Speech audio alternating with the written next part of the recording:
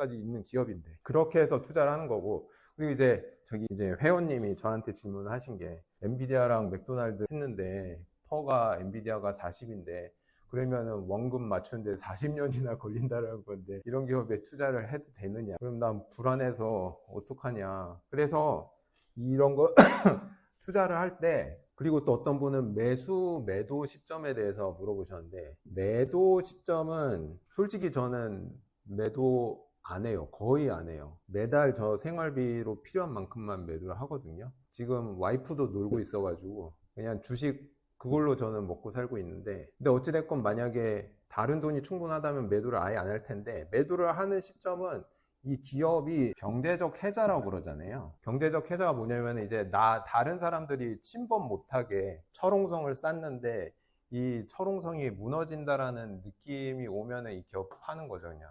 근데 이거 보면 알 수 있어요. 이거 ROE만 봐도. 반대로 ROE가 계속 올라가고 있어. 그 얘기는 무슨 뜻이에요? 경쟁자가 없으니까, 예를 들어 가지고 잠실역 주변 일대의 모든 요가 센터를 다 예를 들어 가지고 다 문 닫게 한 거예요. 요가랩 빼고. 그럼 요가랩 독점이잖아요. 독점이면은 정현쌤은 안 올리실 것 같긴 한데 회원비 조금 올려도 이탈이 그렇게 많지는 않을 거 아니에요. 그러니까 우리가 지금 제가 나중에 배우려는 거는 경제적 해자를 어떻게 구축하는지 보고 이게 어떻게 망가져가는지를 알려드릴 거예요. 그리고 그 다음에 또 질문을 하신 게, 여기에 보시면은 그러면 엔비디아를 투자하는 게 맞아요? 맥도날드가 투자하는 게 맞아요? 이런 걸 만약에 묻는다면은 이거는 개인의 취향인 것 같아요. 엔비디아 같은 경우에는 이런 생각 하신 적 있으세요? 왜 내가 산 것만 안 오르지? 늦게 오르지? 천천히 오르지? 베타 개수라는 게 있어요. 나스닥이 10%가 올랐어. 근데 내가 보유한 주식이 10%가 올랐어요. 5 나누기 10이니까 0.5잖아요. 그죠?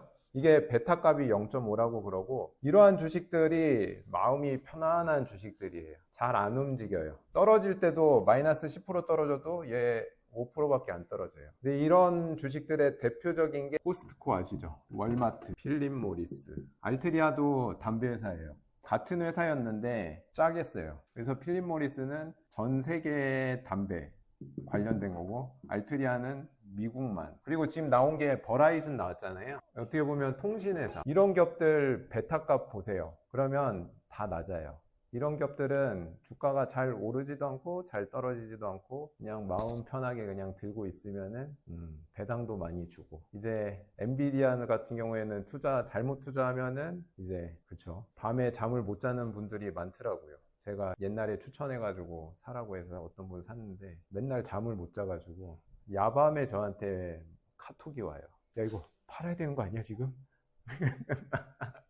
그래서 제가 팔라 그랬죠. 너 지금 마음이 불안하면 팔라고. 너 왜 갖고 있냐고. 그래서 회원님한테는 잠깐 설명드렸는데, 이런 기업들은 투자를 하면은 마음이 안정한 이유가 있어요. 이러한 기업들의 특징이 진입장벽이 엄청 높아요.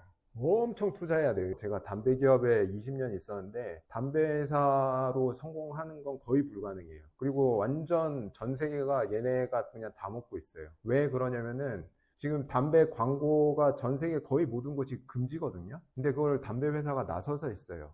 왜 그랬을까요? 맞아요. 담배 회사가 광고를 못하게 되는 순간, 첫 번째로 광고 마케팅 비용이 세이브가 되고, 두 번째로 신규 업체가 진입을 할 수가 없어요. 왜냐면 자기 알릴 수가 없으니까. 광고를 못하니까. 그러니까 그냥 이 상태로 그냥 쭉 가는 거예요. 그냥 유일한 적은 정부에서 니들 때문에 뭐 사람이 죽느니 안 죽느니 해서 막 소송 관련된 리스크가 있기는 한데, 근데 그게 뭐 리스크 있은 지 거의 50년 가까이 돼가지고 약간 미국에서 총기 제한하는 거랑 비슷한 느낌이에요. 말로는 총기 제한한다 그러는데 안 하잖아요. 그냥 이거 좀 재미로 얘기를 하자면은, 제가 여자들 사이에 인기가 있을 수도 있겠다라는 생각을 언제 했냐면, 아니 결혼 전에 언제 했냐면은, 성당에 성경 모임이라는 게 있거든요. 성경 모임에 갔는데 여자 10명인데 남자 저 혼자. 그때 깨달았죠. 그리고 또 한 명 남자애가 들어왔는데 완전 찐따 같은 애가 들어온 거야. 그러니까 비교 우에 쓰는 거잖아요. 지금 그 얘기가 이거예요. 금리가 높을 때는 배당주가 인기가 없어요. 왜냐면은 금리가 높다란 말은 국채 금리가 높다라는 얘기고, 전 세계에서 안전한 투자 대상이 미국 국채거든요. 미국 국채 투자에도 5% 이자 받는데 누가 KTNG에 투자를 하겠어요? KTNG 투자해봤자 배당금 5% 받는데 미국이 훨씬 낫지. 근데 금리가 점점 낮아지면은 이야기가 바뀌어요. 배당주가 점점 인기가 올라가요. 마치 여자가 많은 그에서 약간 비교 우위를 갖듯이 모든 금리가 내려가기 시작하면은 배당주가 약간 뽐뿌를 받아요. 약간 도드라지게 보이는 거죠. 그래서 담배회사 주식이랑 코스트코, 월마트 이런 회사들 엄청 많이 오르고 있어요, 지금. 금리가 계속 낮아지고 있으니까. 그리고 기호쌤이 물어보신 게 매도 타이밍? 매수 타이밍? 매수 타이밍은 그냥 솔직히 내가 마음에 들면 그냥 사는 편이에요. 왜냐면은 내가 이렇게 1년 근시안으로 보면은 지금 뭐, 비싸게 사면 어떡하지? 막 그럴 수도 있는데 10년 넘게 보고 있으면 큰 의미가 없어요. 예를 들어 볼게요. 애플이 10년 전에 $20였어요, 주당. 지금 20불이거든요. 그럼 그 당시에 내가 정말 똥손이어가지고 25불에 샀어도 지금 왔을 때 의미가 있어요? 뭐 5불 차이니까. 엔비디아 예를 들어볼게요. 제가 살 때 주당 $4였어요. 지금 얼마지? 116인데. 이때 내가 정말 똥손이어가지고 5나 6에 샀어도 지금 돌이켜보면은 큰 의미가 없어요. 그러니까 완전 좋은 매수 타이밍이나 매도 타이밍을 잡는 거는 그거는 별 의미가 없는 것 같고, 일단 매수를 할 때 내가 그냥 계속 가져갈 10년 동안도 이 진입장벽이 안 무너질 것 같은 데를 매수를 한 다음에, 매도는 그냥 제가 전에 이제 제 브런치에 글을 쓰기도 했는데, 내가 뭔가 인생에 살면서 뭔가 하고 싶을 때 매도를 하는 게 맞는 것 같아요. 내가 아끼고만 살다가 어느 날 갑자기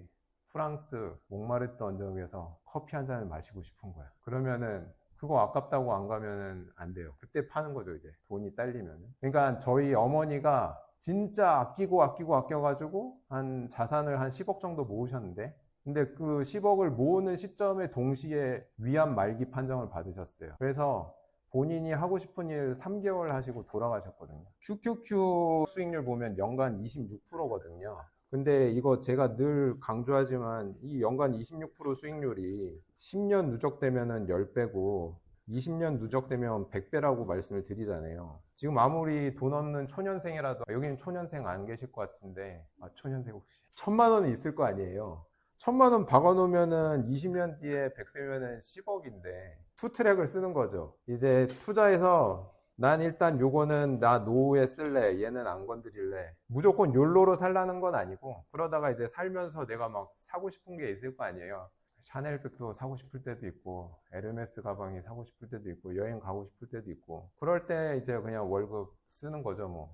쫙쫙 쓰는 거죠. 그냥 아끼기만 하면은 저희 어머니처럼 병 생기고, 그리고 이걸 병행해서 사니까 어떻게 사라지더라고요. 제가 2017년부터 주식으로만 살고 있거든요. 물론 아내가 학교 선생님이라서 월급 버는 게 있긴 하지만 와이프가 저한테 돈 안 주고 자기가 버는 거 자기가 다 쓰거든요. 그래서 저는 얼마 버는지 얼마 있는지도 모르는 상태고, 이야기가 좀 샜는데, 회원님, 그래서 제 답변이 좀 됐나요? 또 궁금하신 거 있으신가요?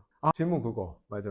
추천 그거 있잖아요. 그거 좀 애매한 것 같은데, 그걸 보느니 그냥 제가 지난번에 알려드린 거 있잖아요. 시가총액 순위 보는 거 제가 알려드렸나요? 그쵸? 거기에서 1등부터 30등까지를 보신 다음에 그 다음에 그 중에서 제가 항상 강조하는 거는 기업의 문화거든요. 기업의 문화가 좋은 기업들, 이제 조금 있으면 그 기업 문화 얼마나 좋은지 발표되거든요. 그거 봐서 그 겹치는 기업을 그냥 분산 투자해서 그냥 팔지 말고 오래 갖고 계시다가 조금 막 기분이 쎄하면 저한테 물어보세요, 그냥. 네. 근데 저는 이제 뭘 사라고 추천은 할 수는 없는데, 왜냐면 그건 투자 자문업이기 때문에 이거는 진짜 제가 법인 설립해가지고 이렇게 투자 자문사를 만들어서 해야 되는 거고, 제가 직접 사세요, 파세요, 뭐 주식 리딩방 이런 거 다 불법이거든요. 그렇게 할 수가 없어요. 그렇게 하면 안 되는 거고.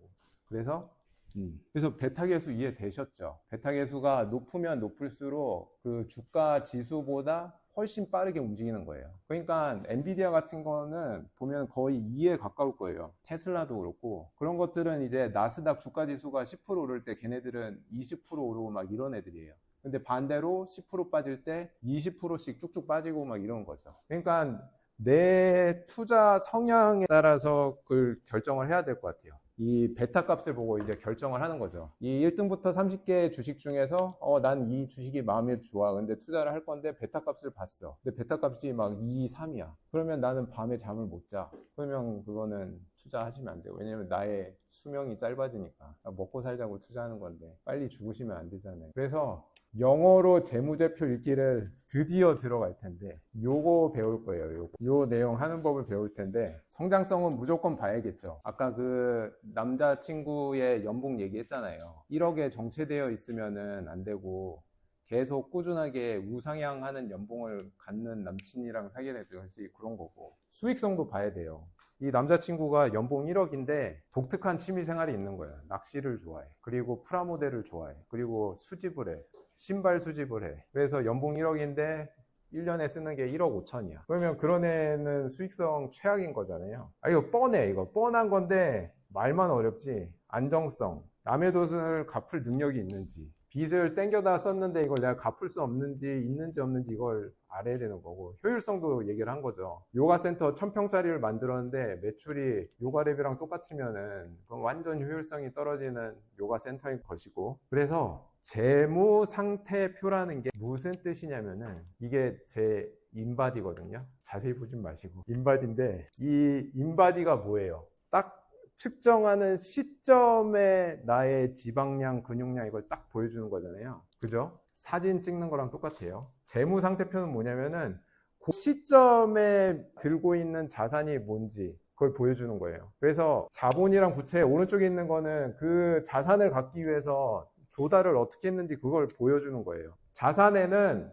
크게 두 개가 있어요. 유동자산이랑 비유동자산이 있어요. 이거 유동자산 어디서 봤죠? 기억나요? 유동비율 할 때 1년 내에 현금화 할 수 있는 거. 비유동자산은 1년 내에 현금화가 어려운 거. 비유동자산 밑에 유형자산이랑 무형자산이 있어요. 그러니까 유형자산을 이 센터로 얘기를 하자면 만질 수 있는 자산들, 요가 매트, 뭐 이런 거, 이게 유형 자산인 거고, 무형 자산은 어떻게 보면은 이제 선생님께서 여기에 구축한 영업망이라든지 아니면은 이제 요가 선생님으로서의 노하우라든지 이제 눈으로 볼 수는 없지만 가치 있는 것들을 무형 자산이라고 얘기를 하는 거예요. 그러니까 크게 유동자산, 비유동이 있고 그 밑에 유형, 무형이 있다. 예시를 든 거예요. 유동자산의 예시. 1년 내에 현금화 되는 거니까 당연히 현금이랑 현금성 자산. 현금성 자산은 바로바로 현금화 할 수 있는 거고, 주식이라든지 채권이라든지 그런 걸 말하는 거고, 매출이 일으켰는데 외상으로 일으킨 걸 매출 채권이라고 얘기를 하고, 재고는 이제 물건을 팔려면 이제 재고를 적정 재고를 이렇게 보유를 하고 있어야 되니까 재고. 성급 비용은 뭐냐면은 자산 중에서 연초에 예를 들어 가지고 보험료, 자동차 보험 같은 거에 1년치를 연초에 한 번에 쫙 내잖아요. 그렇게 내고 나면 1년 동안 나한테 보험 혜택이 계속 오잖아요. 그래서 그런 성급 비용도 자산으로 보는 거예요. 그러니까 핵심은 이런 거 말 다 됐고, 이거 다 복잡하니까 다 됐고, 미래의 돈이나 혜택을 가져다 줄 수 있는 것들이 자산이다. 요것만 기억하세요. 미래의 돈이나. 그래서 예를 들어서 제가 비싼 차를 만약에 샀어요. 그러면 그거는 저한테 자산일까요? 아닐까요? 자산일 수도 있고 아닐 수도 있는데, 근데 이제 그 자동차를 가지고 제가 이제 우버도 하고 막 뭘 하는 거예요. 그러면 그거 가지고 이제 돈을 벌어다 줄 수 있잖아요. 그러면 이제 자산의 카테고리에 들어가는 거예요. 재고 같은 것도 생각해 보면은 재고를 팔아가지고 돈이 들어오는 거잖아요. 그러니까 자산에 들어가는 거고, 이거는 이미 돈이 있는 거니까 그냥 있는 거고, 매출 채권은 나중에 외상으로 준 거를 돈을 나중에 받으니까 자산으로 된 거죠. 그래서 비유동 자산은 여기 보시면은 토지, 건물, 기계장치 저런 것들이 있고, 무형 자산에는 특허권, 상표권, 영업권이라는 게 있어요. 근데 영업권은 뭔지 잘 모르시겠죠? 특허랑 상표야 뭐 많이 들어보셨을 거고. 영업권이 뭐냐면은 아까 전에 그 치킨집 팔라고 온 게 10억이라고 말했잖아요. 근데 이제 진짜 애매 시장에 가면은 10억 말고 어떤 기업이 이제 서로 내가 더 많이 살 거야 그래가지고, 예를 들어서 원래 시가총액은 10억인데 10억에 살 수도 있거든요. 그러면 10억 빼기 10억 하면 10억의 차익이 있잖아요. 근데 그 10억의 차익이 이 산 입장에서는 그만큼 더 가치가 있다라고 보고 10억을 더 내고 사는 거잖아요. 그거를 영업권이라고 얘기를 해요.